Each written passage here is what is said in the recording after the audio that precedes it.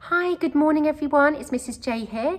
I'm reading you your chapter of Charlie and the Chocolate Factory today from Hong Kong. We're on chapter 24, Veruca in the Nut Room. So if you'd like to read along, grab your copies and we can read together. So I hope you enjoy it. Mr. Wonka rushed on down the corridor. The nut room, it said on the next door they came to. All right, said Mr. Wonka. Stop here for a moment and catch your breath and take a peek through the glass panel of this door. But don't go in. Whatever you do, don't go in to the nut room. If you go in, you'll disturb the squirrels. Everyone crowded around the door. Oh, look, Grandpa, look, cried Charlie. Squirrels, shouted Veruca Salt. Jeepers, said Mike TV. It was an amazing sight. 100 squirrels were seated upon high stools around a large table. On the table there were mounds and mounds of walnuts, and the squirrels were all working away like mad, shelling the walnuts at a tremendous speed. These squirrels are specially trained for getting the nuts out of walnuts, Mr. Wonka explained. Why use squirrels? Mike TV asked. Why not use Oompa Loompas? Because, said Mr. Wonka, Oompa Loompas can't get walnuts out of walnut shells in one piece. They always break them in two. Nobody except squirrels can get walnuts whole out of walnut shells every time. It is extremely difficult. But in my factory, I insist upon using only whole walnuts. Therefore, I have to have squirrels to do the job. Aren't they wonderful, the way they get those nuts out? And see how they first tap each nut with their knuckles to be sure it's not a bad one. If it's bad, it makes a hollow sound, and they don't bother to open it. They just throw it down the garbage chute. There, look. Watch that squirrel nearest to us. I think he's got a bad one. They watched the little squirrel as he tapped the walnut shell with his knuckles. He cocked his head to one side, listening intently, then suddenly he threw the nut over his shoulder into a large hole in the floor. Hey, Mummy, shouted Veruca Salt suddenly. I've decided I want a squirrel. Get me one of those squirrels. Don't be silly, sweetheart, said Mrs. Salt. These all belong to Mr. Wonka. I don't care about that, shouted Veruca. I want one. All I've got at home is 2 dogs and 4 cats and 6 bunny rabbits and 2 parakeets and 3 canaries and a green parrot and a turtle and a bowl of goldfish and a cage of white mice and a silly old hamster. I want a squirrel. All right, my pet, Mrs. Salt said soothingly. Mummy will get you a squirrel just as soon as she possibly can. But I don't want any old squirrel, Veruca shouted. I want a trained squirrel. At this point, Mr. Salt, Veruca's father, stepped forward. Very well, Wonka, he said importantly, taking out a wallet full of money. How much do you want for one of these crazy squirrels? Name your price. They're not for sale, Mr. Wonka had answered. She can't have one. Who says I can't? Shouted Veruca. I'm going in to grab me a squirrel this very minute. Don't, said Mr. Wonka quickly, but he was too late. The girl had already thrown open the door and rushed in. The moment she entered the room, 100 squirrels stopped what they were doing and turned their heads and stared at her with small, black, beady eyes. Veruca Salt stopped also and stared back at them. Then her gaze fell upon a pretty little squirrel sitting nearest to her at the end of the table. The squirrel was holding a walnut in its paws. All right, Veruca said, I'll have you. She reached out her hands to grab the squirrel. But as she did so, in that first split second when her hands started to go forward, there was a sudden flash of movement in the room, like a flash of brown lightning, and every single squirrel around the table took a flying leap towards her and landed on her body. 25 of them caught hold of her right arm and pinned it down. 25 more caught hold of her left arm and pinned that down. 25 caught hold of her right leg and anchored it to the ground. 24 caught hold of her left leg, and the one remaining squirrel, obviously the leader of them all, climbed up onto her shoulder and started tapping the wretched girl's head with its knuckles. Save her! Screamed Mrs. Salt. Veruca, come back! What are they doing to her? They're testing her to see if she's a bad nut, said Mr. Wonka. You watch. Veruca struggled furiously, but the squirrels held her tight and she couldn't move. The squirrel on her shoulder went tapping the side of her head with his knuckles. Then all at once the squirrels pulled Veruca to the ground and started carrying her across the floor. My goodness, she is a bad nut after all, said Mr. Wonka. Her head must have sounded quite hollow. Veruca kicked and screamed, but it was no use. The tiny strong paws held her tightly and she couldn't escape. "Where are they taking her?" shrieked Mrs. Salt. "She's going where all the other bad nuts go," said Mr. Willy Wonka. "Down the garbage chute." "By golly, she is going down the chute," said Mr. Salt, staring through the glass door at his daughter. "Then save her!" cried Mrs. Salt. "Too late," said Mr. Wonka. "She's gone." And indeed she had. "But where?" shrieked Mrs. Salt, flapping her arms. "What happens to bad nuts? Where does the chute go to?" "That particular chute," Mr. Wonka told her, "runs directly into the great big main garbage pipe which carries away all the rubbish from every part of the factory.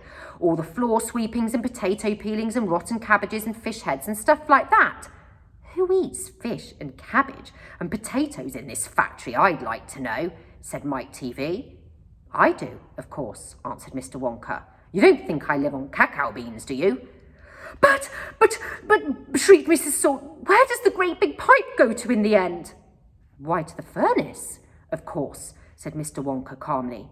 "Then to the incinerator." Mrs. Salt opened her huge red mouth and started to scream. "Don't worry," said Mr. Wonka. "There's always a chance that they've decided not to light it today." "A chance?" yelled Mrs. Salt. "My darling Veruca, she'll be sizzled like a sausage." "Quite right, my dear," said Mr. Salt. Excuse me. "Now see here, Wonka," he added. "I think you've gone just a shade too far this time. I do indeed. My daughter may be a bit of a frump, I don't mind admitting it, but that doesn't mean that you can roast her to a crisp. I'll have you know I'm extremely cross about this, I really am." "Oh, don't be cross, my dear sir," said Mr. Wonka. "I expect she'll turn up again sooner or later. She may not have even gone down at all. She may be stuck in the chute just below the entrance hole. And if that's the case, all you have to do is go in and pull her up again." Hearing this, both Mr. and Mrs. Salt dashed into the nut room and ran over to the hole in the floor and peered in. "Veruca!" shouted Mrs. Salt. "Are you down there?" There was no answer. Mrs. Salt bent further down to get a closer look. She was now kneeling right on the edge of the hole, with her head down and her enormous behind sticking up in the air like a giant mushroom. It was a dangerous position to be in. She needed only one tiny little push, one gentle little nudge in the right place. And that is exactly what the squirrels gave her. Over she toppled into the hole, head first, screeching like a parrot. "Goodness gracious me," said Mr. Salt as he watched his fat wife go tumbling down the hole. "What a lot of garbage there's going to be today." He saw her disappearing into the darkness. "What's it like down there, Angina?" he called out. He leaned further forward. The squirrels rushed up behind him. "Help!" he shouted, but he was already toppling forward, and down the chute he went, just as his wife had done before him, and his daughter. "Oh dear," cried Charlie, who was watching with the others through the door. "What on earth's going to happen to them now?" "I expect someone will catch them at the bottom of the chute," said Mr. Wonka. "But what about the great fiery incinerator?" asked Charlie. "They only light it every other day," said Mr. Wonka. "Perhaps this is one of the days when they let it go out. You never know. They might be lucky." "Shh," said Grandpa Joe. "Listen, here comes another song." From far away down the corridor came the beating of drums. Then the singing began. "Veruca Salt," sang the Oompa Loompas. "Veruca Salt, the little brute, has just gone down the garbage chute. And as we very rightly thought, that in a case like this we ought to see the thing completely through, we've polished off her parents too. Down goes Veruca down the drain. And here perhaps we should explain that she will meet, as she descends, a rather different set of friends to those that she has left behind. They won't be so nearly so refined. A fish head, for example, cut this morning from a halibut. Hello, good morning, how do you do? How nice to meet you, how are you?" And then a little further down, a mass of others gather round, a bacon rind, some rancid lard, a loaf of bread gone stale and hard, a steak that nobody could chew, an oyster from an oyster stew, some liverwurst so old and grey, one smelled it from a mile away, a rotten nut, a reeky pear, a thing the cat left on the stair, and lots of other things as well, each with a rather horrid smell. These are Veruca's new-found friends that she will meet as she descends, and this is the price she has to pay for going so very far astray. But now, my dears, we think you might be wondering, is she really right?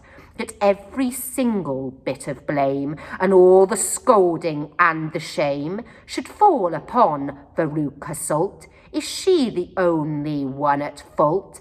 For though she's spoiled, and dreadfully so, a girl can't spoil herself, you know. Who spoiled her then? Ah, who indeed? Who pandered to her every need? Who turned her into such a brat? Who are the culprits? Who did that? Alas, you needn't look so far to find out who these sinners are. They are, and this is very sad, her loving parents, Mum and Dad. And this is why we're glad they fell into the garbage chute as well. And that's the end of chapter 24. I hope you enjoyed it. Bye, and see you next time.